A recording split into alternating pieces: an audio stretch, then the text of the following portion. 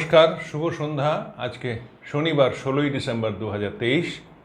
বাকচক্রের নতুন পথ চলা বিবেকানন্দ ঘরে ঘরের আজকে 136তম 136th সাপ্তাহিক ধারাবাহিক বক্তৃতামালায় আপনাদের সকলকে সাদর অভ্যর্থনা ও আমন্ত্রণ জানিয়ে অনুষ্ঠান শুরু করছি।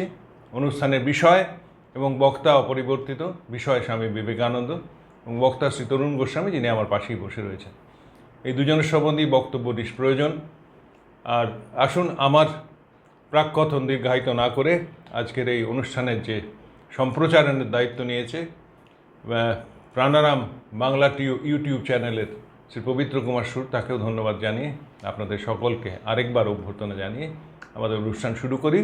অনুষ্ঠানে পরিচিত রবীন্দ্রসঙ্গীত, যেটা আমরা প্রার্থনা সঙ্গীত হিসেবে মেনে নিয়েছি, সেই গানটি শুনে শ্রী রমেশচন্দ্র বন্দ্যোপাধ্যায়ের গাওয়া, যিনি বাকচক্রের বরিষ্ঠতম আধিকারিক বলতে পারেন বা পরিচালক মণ্ডলীর সদস্য বলতে পারেন, তারই গাওয়া সেই গানটা শুনে আমাদের আজ অনুষ্ঠান শুরু করছি। নমস্কার।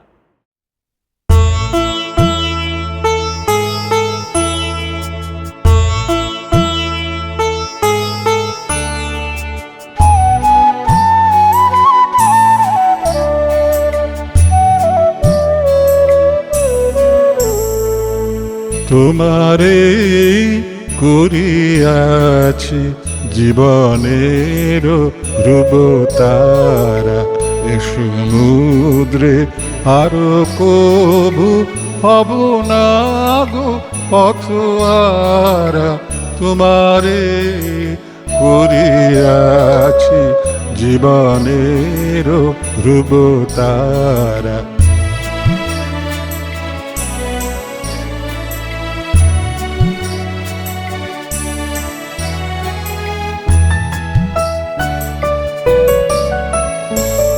যেথায় আমি যাই না গো তুমি প্রকাশিত থাকো, যেথায় আমি যাই না গো তুমি প্রকাশিত থাকো। অকুল নয়ন জলে ঢালো গো কিরণ ধারা। তোমারে করিয়াছি জীবনের ধ্রুবতারা।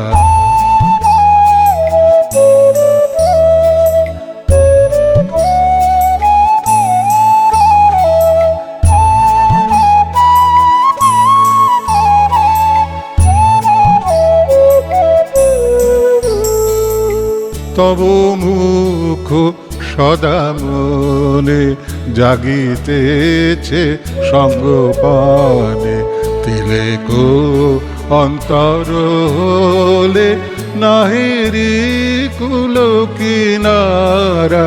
তব মুখ সদা মনে জাগিতেছে সঙ্গপানে, তিলেকো অন্তর হলে নাহেরি কুল কিনারা।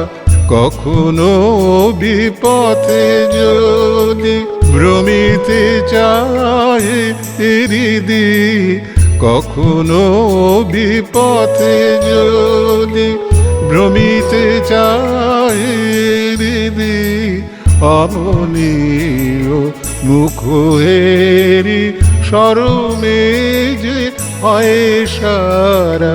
তোমারে করিয়াছি জীবনের ধ্রুবতারা, এ সমুদ্রে আরো কবু হব না গো পথহারা। তোমারে করিয়াছি জীবনের ধ্রুবতারা।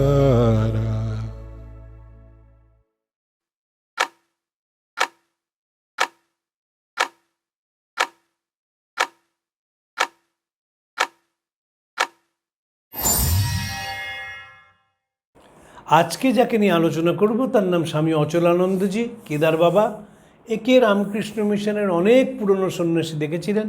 আমি স্বামী আত্মস্থানন্দজির কাছে, স্বামী লোকেশ্বরানন্দজির কাছে, স্বামী হিরণময়ানন্দজির কাছে, স্বামী নিত্যস্বরূপানন্দজির কাছে এর কথা শুনেছি।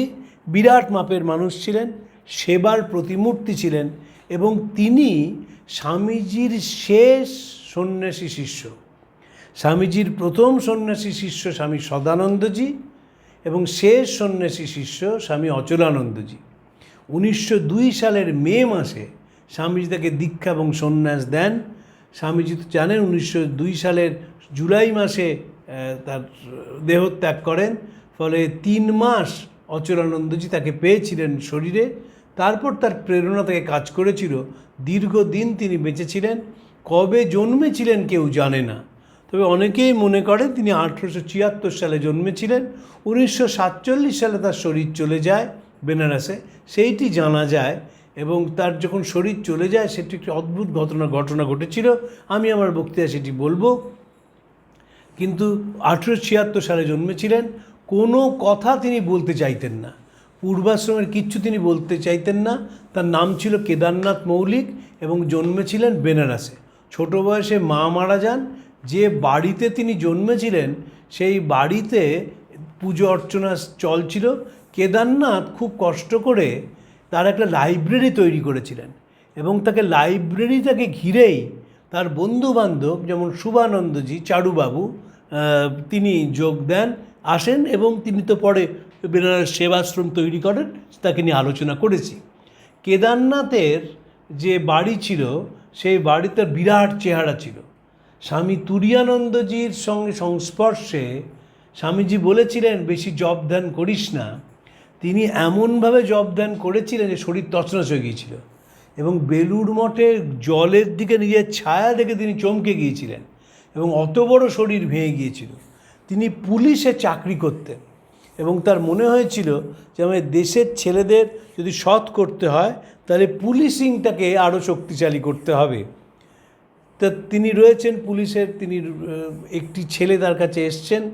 তিনি এসে একটি উদ্বোধন পত্রিকার ভূমিকা তাকে পড়ে শোনাচ্ছেন।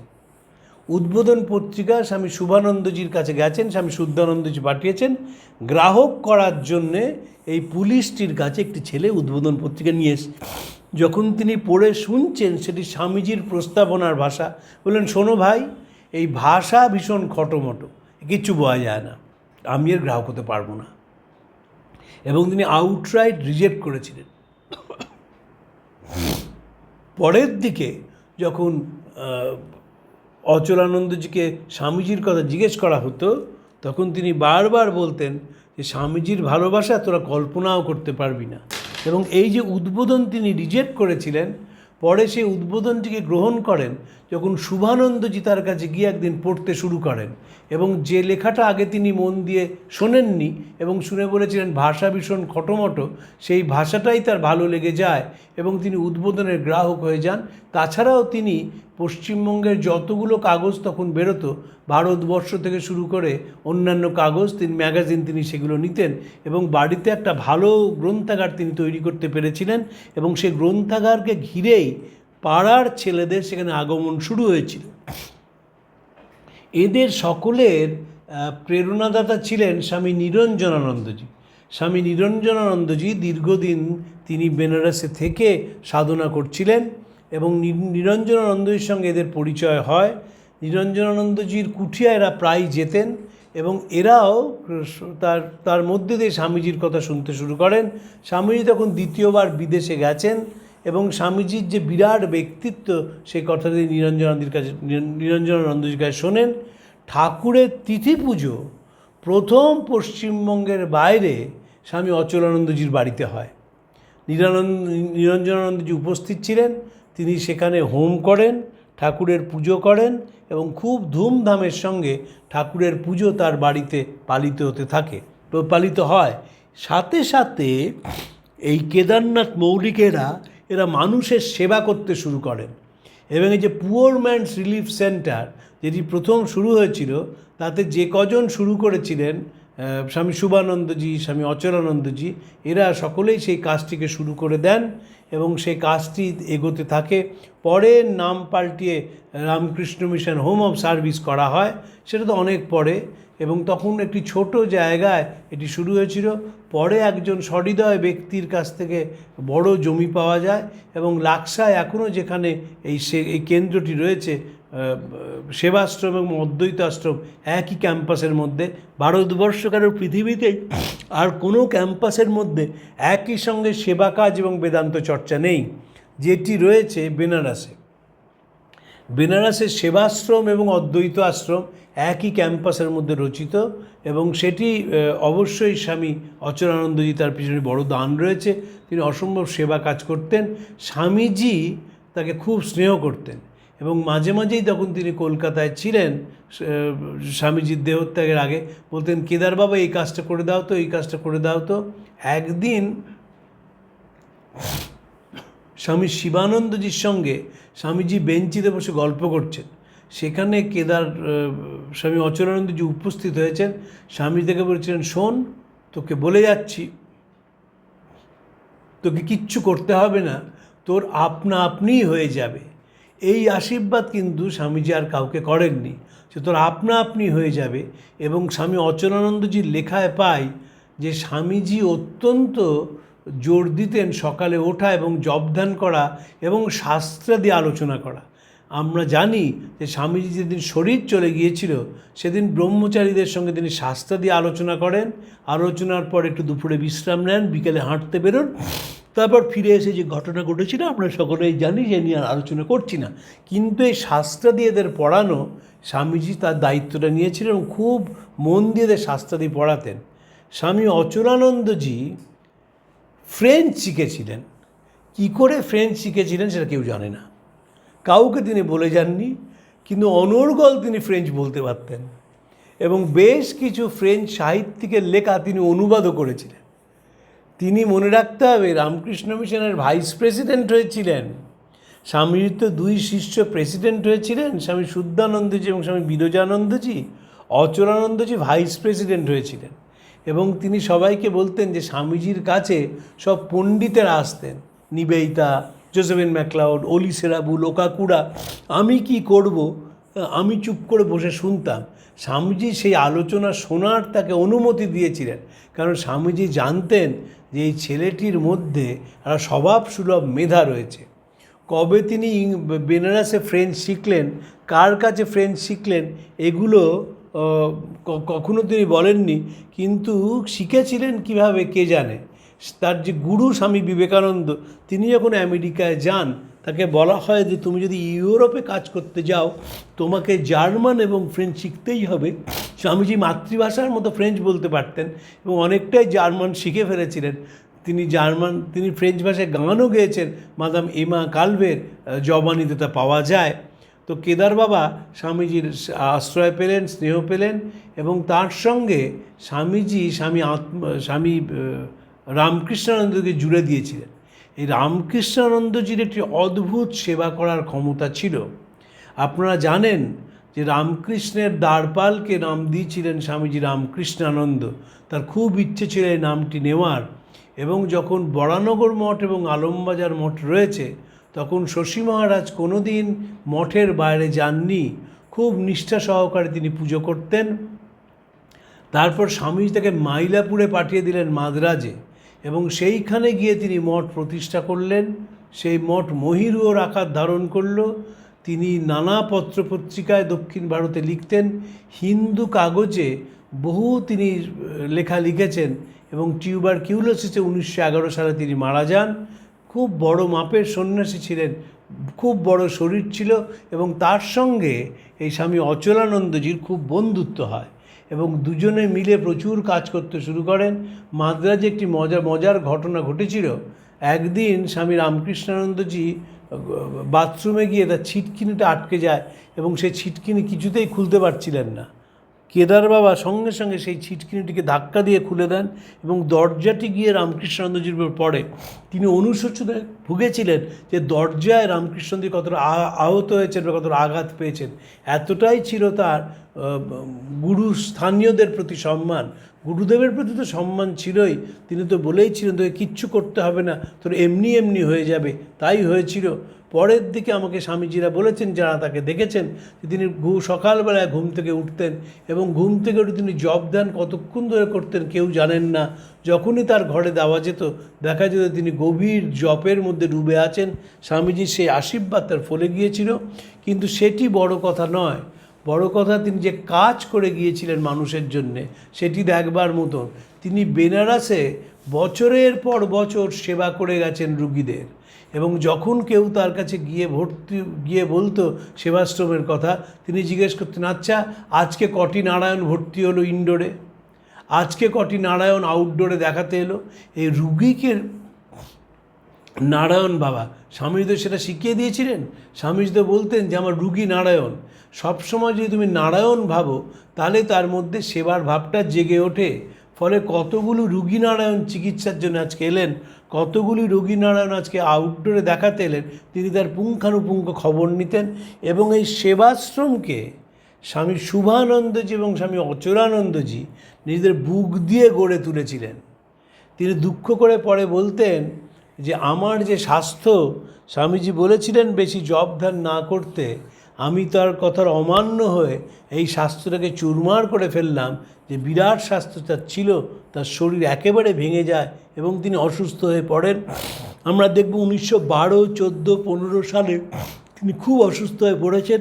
তাকে পাঠানো হয় কঙ্খল সেবাশ্রমে, এবং সেবাশ্রমে গিয়ে তার কিছুটা স্বাস্থ্যোদ্ধার হয় বটে, কিন্তু সে শরীর তিনি বেশি দিন আর রাখতে পারেননি। শরীরটা অনেকটাই ভেঙে গিয়েছিল। স্বামী নিরঞ্জনানন্দজি তার সঙ্গে খুবই তার ঘনিষ্ঠতা হয়, এবং নিরঞ্জনানন্দজি তাকে চরণামৃত খাইয়ে দেন, ঠাকুরের প্রসাদে ফুল দিয়েছিলেন।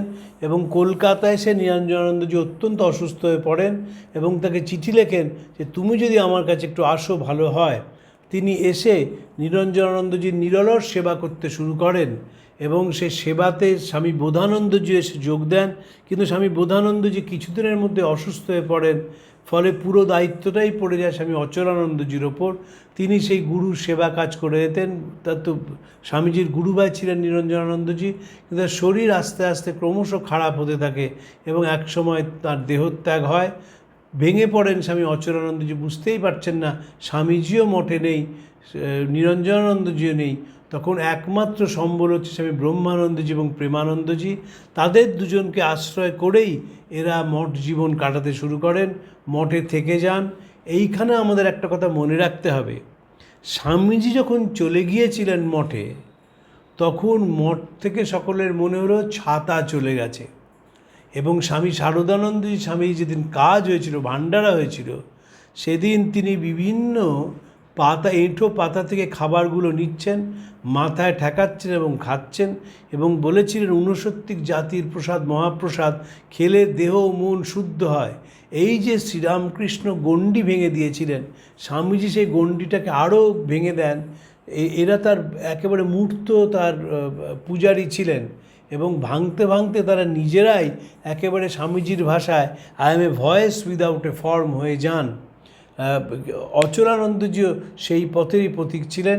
তিনি কঙ্খলে কিছুদিন সেবাশ্রমে কাজ করেন, আবার তিনি দক্ষিণ ভারতে গিয়ে তিনি রামকৃষ্ণানন্দজি সহায়তা করেন, এবং শেষে তিনি বেনারস সেবাশ্রমে এসে নিরলস সেবা করতে থাকেন মানুষদের।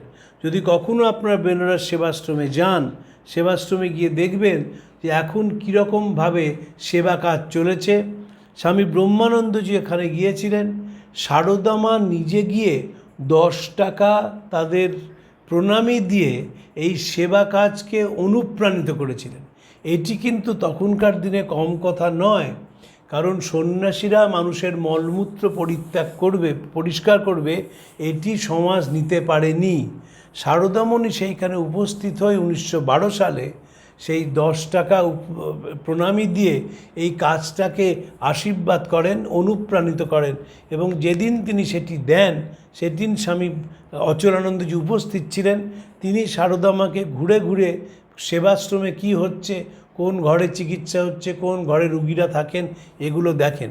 মনে রাখতে হবে আরেকটি কথা, আমরা তো সারদামাকে শুধু প্রণাম করেই রেখে দিই, জননীং শারদাং দেবীং এর কিছু ভাবতে পারি না।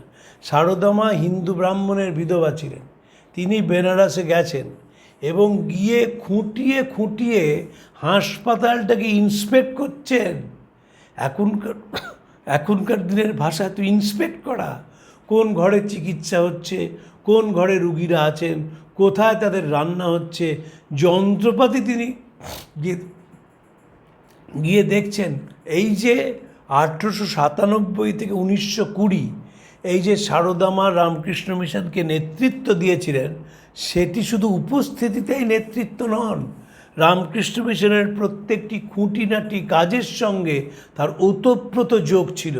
এবং 1897 থেকে 23 বছর তিনি নেতৃত্ব দিয়েছিলেন, যখন রামকৃষ্ণ মিশনের ওপর সবচেয়ে তার ফরমেটিভ ইয়ার্স।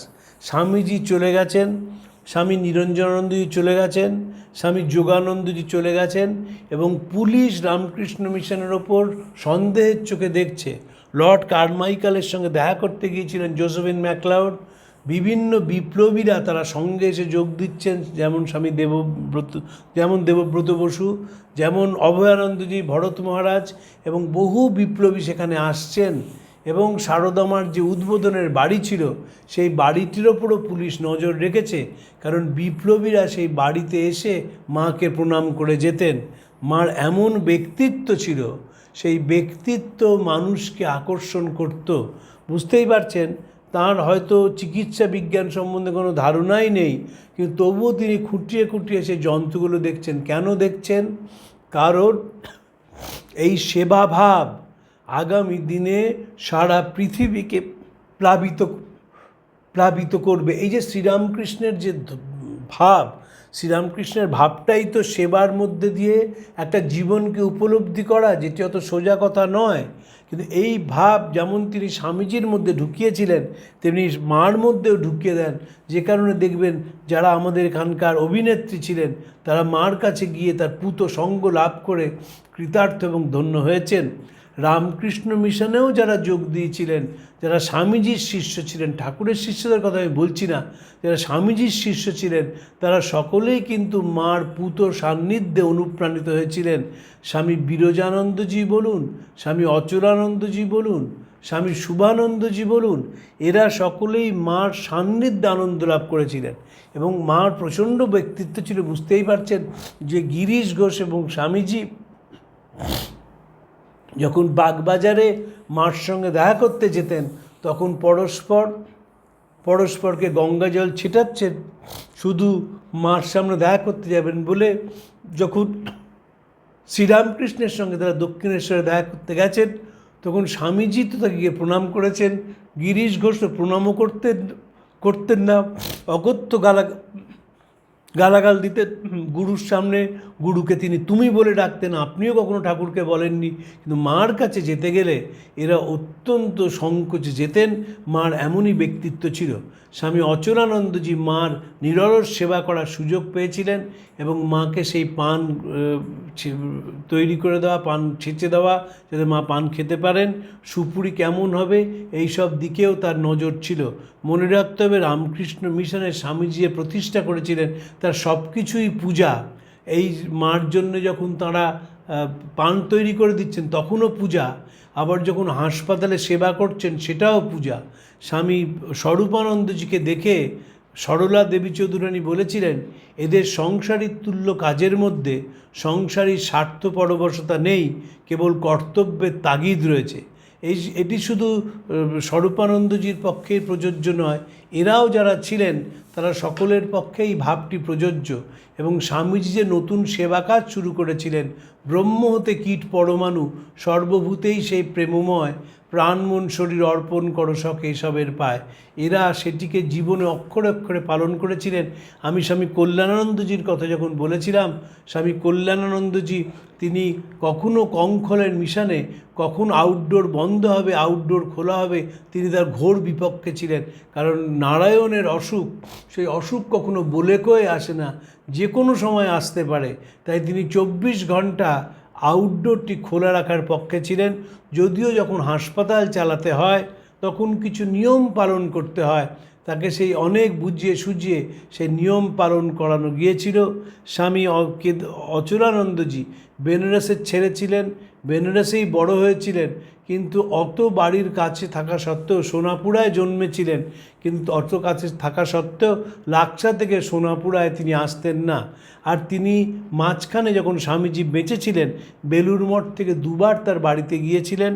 গেরুয়া পোশাক থেকে নিরঞ্জনানন্দজি পরিয়ে দেন, কিন্তু বাড়ির লোকে আবার কে কী কথা বলবে সেই ভেবে তিনি গেরুয়া ছেড়ে একেবারে এমনি ধুতি শার্ট পরে নিজের বাড়িতে যান, এবং বাড়িতে গিয়েই তিনি দেখেন একটা চূড়ান্ত বিশৃঙ্খলা।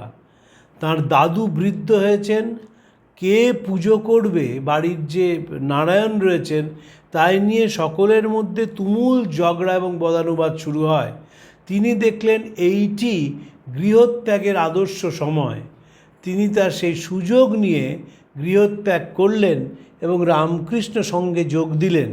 বিভিন্ন কেন্দ্রে তিনি কাজ করেছেন, তিনি ব্যাঙ্গালোরে গেছেন, তিনি দক্ষিণ ভারতে কাজ করেছেন, তিনি বেলুড় মঠে ছিলেন, কিন্তু জীবনের অধিকাংশ সময় তিনি কাটান বেনারস সেবাশ্রমে।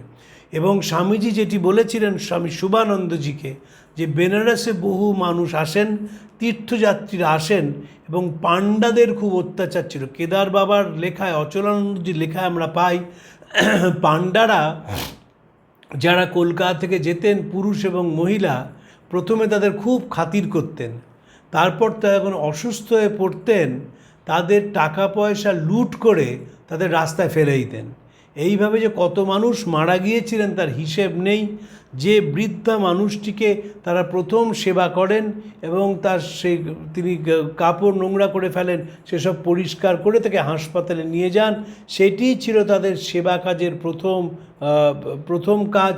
এবং তারপরে আস্তে আস্তে তারা আরও অনেক বেশি মানুষকে রিলিফ দিতে শুরু করেন, এবং শেষ অবধি Ramakrishna mission home of service তৈরি হয় বেনারসে।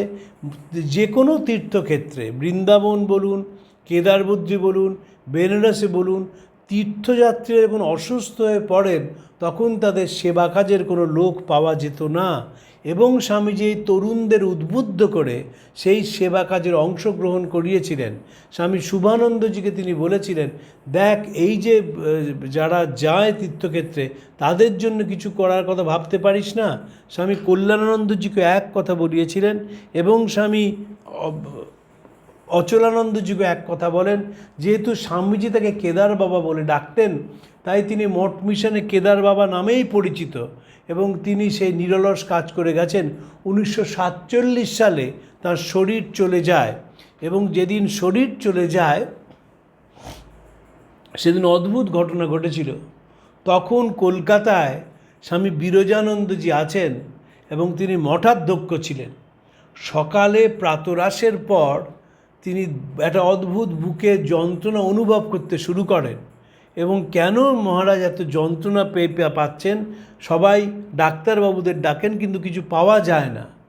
বিরজানন্দজির কাছে বিকেলবেলায় টেলিগ্রাম আসে, যখন তিনি এই প্রাতরাশ গ্রহণ করছিলেন সকাল 8টা, 8:30টার সময়, এই সময় বেনারসে স্বামী অচলানন্দজি